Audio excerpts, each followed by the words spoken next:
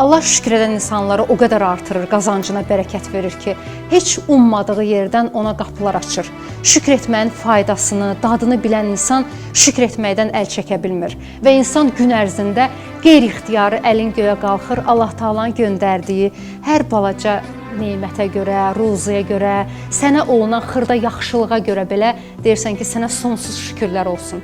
Və insan çox-çox şükür elədikcə Allah Taala verdiyi başqa nemətləri də sənin yadına salır ki, bax, bunları da sənə vermişəm, bunlara görə də şükür elə. Allah özü açır səndə onu, özü açmasa mümkünsüzdür.